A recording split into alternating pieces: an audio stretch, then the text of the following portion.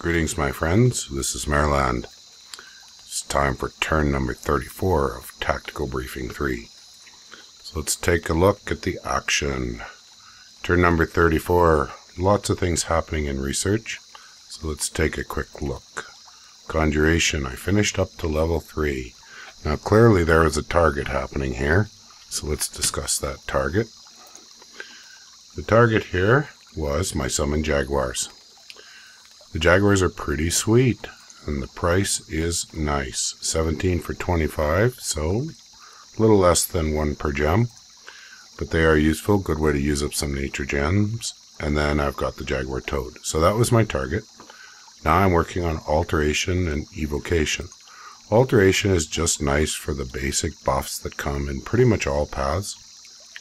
I'm not going to get into a bunch of detail there right now. And evocation gives some of my magi a little bit more to do when perhaps they're not out of slaves, not enough slaves to cast blood magic. I don't always want to burn a ton of slaves in battle. A few can tip the balance, make a difference. Beyond that, I grabbed that throne back that Vanheim took. It's been swapping back and forth. It's a sweet throne though, with water gems and cold resist. Useful against Vanheim. Getting some beast bats, some jaguar fiends, some beast bats, and so on. And a little bit more searching. Most importantly, my pretender came out. So that's going to open up some serious options. Got a little grabbed a province here he hadn't had. He's probably broke. Chances are I haven't destroyed that much of his army. And it might be a moment to just check quickly the score graphs, look at army size. Where's my buddy Vanheim? Yeah, he's still got a pretty decent army. So with an army like that, he's still paying some upkeep. And then with the damage I've done to his economy, he probably can't afford to buy the PD. And unlike in Dominions 3, you can't just quickly swap out a fire gem or an earth gem and grab 10 or 15 gold and buy a little bit of PD. That's something I kind of miss. I can see, but it sure is nice to be able to just convert to buy that one bit of PD after you take a province if you're running broke. And running broke in this game is more common than it used to be, given the new rules to supply lines going back to a fort for your taxation. You can see this raiding force is going to continue on. Keep trying. You can also see I'm sending scouts all over the place. Make sure we find out everything we can. Other action. We got a bunch here just hanging out. A little bit of slave capture. Keep some slaves in hand, so blood hunting with these guys. It's a valuable province, and I'm going to turn it into a money province, not a slave hunting province. At 13,000, it's almost triple the optimal. And for those who know enough about blood hunting, the maximum you can get for slaves comes at 5,000 population. More population gets you no more slaves than 5,000. So, if you're still running a partial gold or gold and blood economy, definitely don't hunt provinces like this, and I wouldn't if it wasn't that I'm sitting right beside Vanheim and I want to have some slaves in hand to block him if he tries to raid. At my fort, you can see I'm summoning most of my summons closer to the front lines, where they're more likely to do some good, and, importantly, I'm starting to Reign of Toads. Now I can't see with just scouts what he's got going on here, and I know that coming along here soon, I started casting Scrying Pool. Now, where's Scrying Pool again? Is it an alteration? Scrying Pool. Where is that funny spell? Scrying Pool. No, it must be under Thaumaturgy. There it is. So pretty soon, and I don't remember what turn, we'll see soon enough, I get the Scrying Pool, and I start using it, since I don't have a ton of use for water gems at the moment, in order to keep an eye on the use of my Reign of Toads. So we're just going to slam him with Reign of Toads as much as we can. Keep him shut down. Recruitment happening here. As you can expect, it's the basics. Grab myself a Mictlan Priest. See, I've got some independence here. I'll probably grab 1 or 2 of these nice Pyromancers, or Adept of Pyroflagentin. Hopefully that pronounced fairly well. A little bit tricky. But I don't need a ton of them. I already have some pretty good fire mages in my High Priest of the Sun, but it would be nice to get a Fire 3.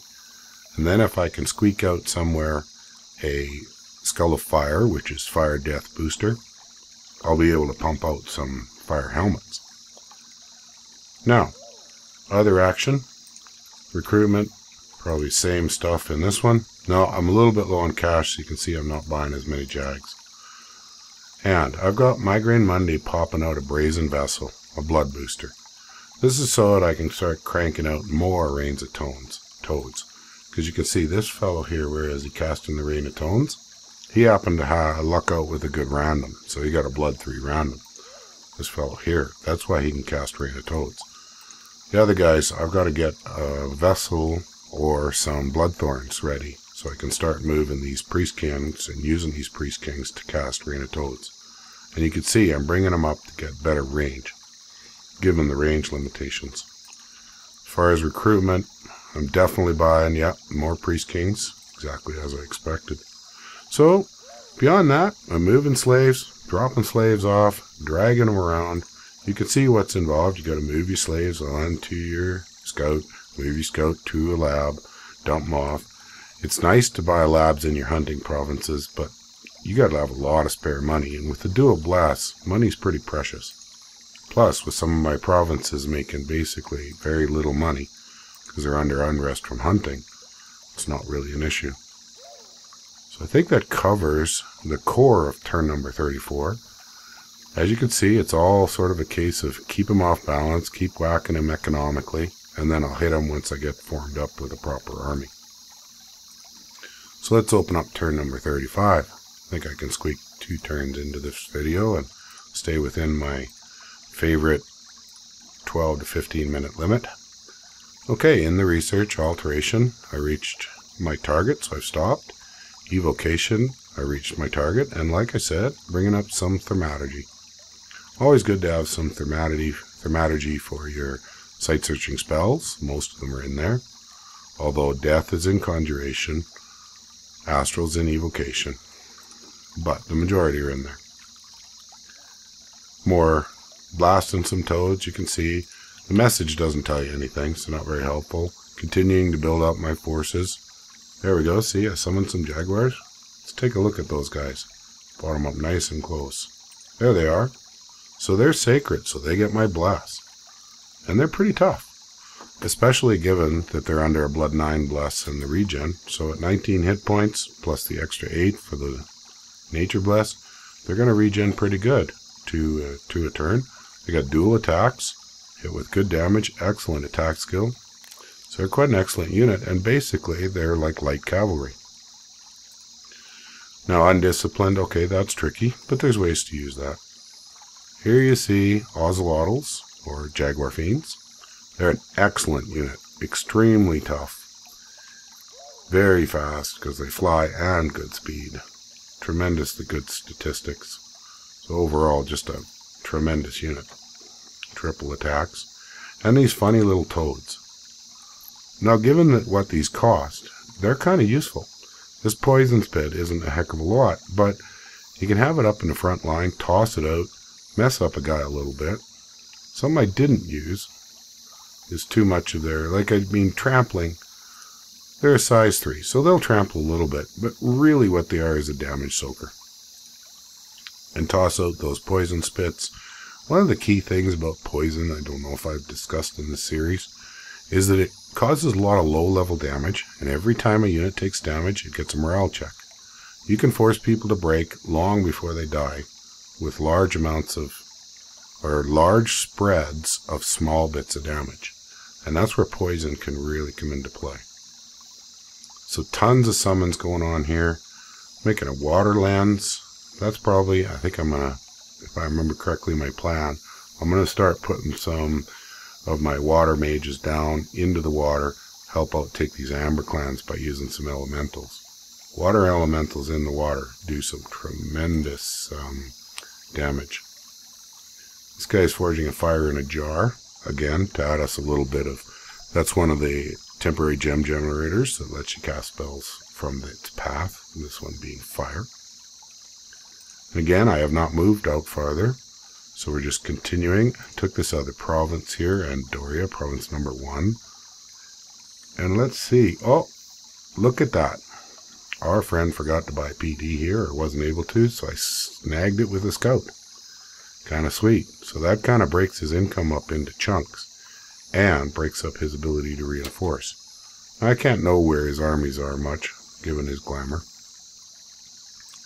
Looking around, the other actions, making some dowsing rods over here. Back at home, making another brazen vessel.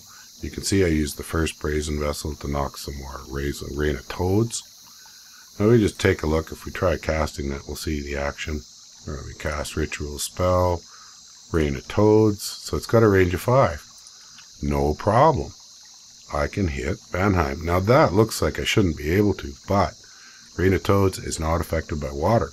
So if we're tracing this, it's 1, 2, 3, 4, 5. Pretty sweet, eh? Might be a little overpowered. You'll see in this entire series of videos and in this game that I make tremendous use of rain of toads.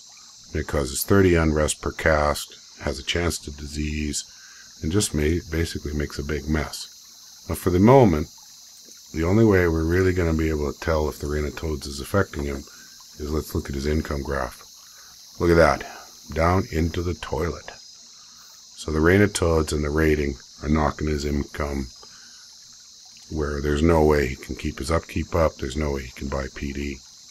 And my income's doing very nicely. This is not a tremendous amount to talk about. Let's just jump back to research for a sec.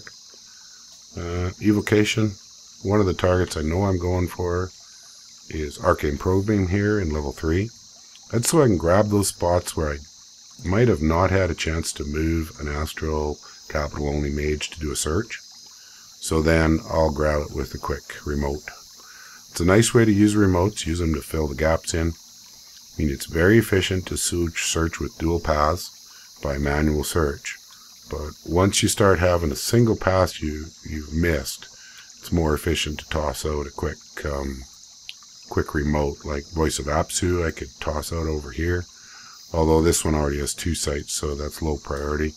We got Sim here with no sites. A Voice of Apsu would be nice to hit. This one, Sinextro, and so on and so forth. Here, I hadn't had a High Priest of the Sun get there yet. But I'm not going to spend a ton of time in the videos discussing these bits and pieces of site searching. You've seen the basics. You can envision what the next phase will be. You just keep trying to fill it in. I'm kind of anal about site searching. I like to search everything to at least a level 2. I rarely bother trying to search over a level 2, so I don't deliberately use remote site searching spells in order to cover up any gaps. People may know, may not know that 90% of all the sites in the whole game are level 2 or level 1. So a level 2 search, all paths, will get 90% of all sites. And most of the best sites in levels 3 and 4 have some kind of an indication on the map, a wonky scale, perhaps killing undead, or perhaps causing some strange events to occur. And there are some references back from Dom 3 days for that stuff. I believe our good buddy Eddie has written up some other stuff for Dominions 4. So my friends, I'm going to call this done for episode turns 34 and 35. Hope to see you in game.